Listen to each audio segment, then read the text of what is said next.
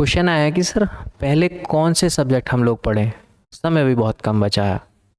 मैंने आपको पहले बताया था कि जो लोअर पीसीएस है बेसिकली 3 पार्ट में आपको ये देखने को मिलेगा एग्ज़ाम। जो फर्स्ट इसका पार्ट है अप्रॉक्स 33% आपको एप्टी वाला जो पोर्शन है जिसके अंदर रीजनिंग का पोर्शन ज़्यादा और मैथ्स का थोड़ा सा पोर्शन उसके कंपैरिजन में कम है, वो 33% आपको देखने को मिलेगा। तो आपकी प्रायोरिटी अपने आप आपका सिलेबस बता रहा है।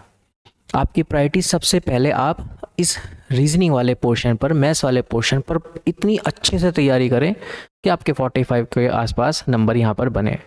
सेकंड चीज़ फिर आती है जीएस का जो 100 नंबर का पेपर है। उस 100 नंबर के भी 2 हिस्से हम लोग देख रहे हैं। एक बड़ा पोर्शन है हमारे पास उत्तराखंड स्पेशल का, और उस उत्तराखंड स्पेशल के एग्ज़ाम में हम उत्तराखंड की history, geography, polity, economics, art and culture, current affairs, specially जो यहाँ पर आपदा प्रबंधन है वो, ये कुछ ऐसे इंपॉर्टेंट टॉपिक्स देखते हैं जो एग्ज़ाम में फिक्स आएंगे ही आएंगे। और बाकी फिर उधर जो नेक्स्ट एक तीसरा पार्ट बचता है अपना Indian history, geography, polity, science and environment, current affairs, computer और साइंस एंड टेक्नोलॉजी भी उसके अंदर देखने को मिलेगी। ये एक ऐसा पोर्शन है जो थर्ड पार्ट में है। अब ये जो उत्तराखंड हिस्ट्री और ज्योग्राफी है, जब आप उत्तराखंड हिस्ट्री को पहले पढ़ते हैं, मेरी आपको ये राय रहेगी आप उत्तराखंड हिस्ट्री को पहले पढ़ें और फिर उसके साथ साथ आप इंडियन हिस्ट्री को पढ़ें, तो आपको एक कनेक्टिविटी भी बनती हुई नज़र आएगी। सेकंड चीज़, फिर आप उत्तराखंड हिस्ट्री के साथ उत्तराखंड की ज्योग्राफी को भी साथ में ले सकते हैं और फिर उधर इंडियन ज्योग्राफी को आप साथ में ले सकते हैं। आपके 4 बड़े पोर्शन आपस में इंटरलिंक होकर के अच्छी समझ पैदा करेंगे। और फिर उसके बाद आप इधर उत्तराखंड की जो इकोनॉमिक्स वाला उसका पार्ट है, इकोनॉमिक्स वाले पार्ट पर जब काम करें, उधर इंडियन इकोनॉमिक्स वाले पार्ट पर एक बेसिक समझ आपको मिलेगी, बट ये सब्जेक्ट करंट अफेयर्स से आपका ज़्यादा स्ट्रांग होगा। तो जब आप इसको करंट अफेयर्स के साथ कोरिलेट करेंगे, अब जब आप डेली करंट अफेयर पढ़ेंगे तो इकोनॉमिक्स के सेक्शन पर अच्छे विशेषता आप काम कर सकते हैं।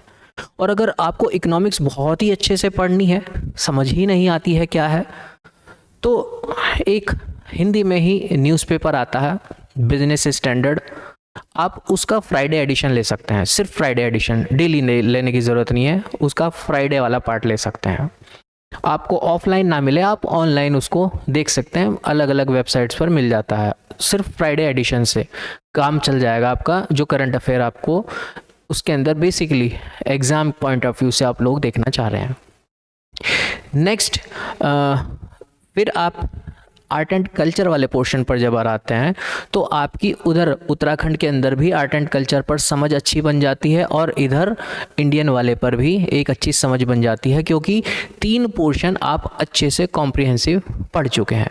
तो आपकी यहाँ पर समझ विकसित ठीक ठाक हो जाएगी, उधर भी आपकी समझ ठीक ठाक विकसित होगी। और देन फिर लास्ट में आप जब पॉलिटी वाला सेक्शन उठाते हैं, क्योंकि वहाँ पर थोड़ा सा फैक्चुअल वाला वर्क कम करता है, ज़्यादा ठीक ठाक सा, और कॉन्सेप्ट तो है ही, बट वहाँ पर फैक्चुअल क्वेश्चन आपसे ज़्यादा पूछे जाते हैं। सेम एज इधर अपना जो उत्तराखंड की पॉलिटी है, आप अगर इस तरीके से पैरेलल तरीके से इन सब्जेक्ट्स को लेकर के चलेंगे तो आपकी समझ भी बनेगी, आपका सिलेबस भी जल्दी बढ़ेगा।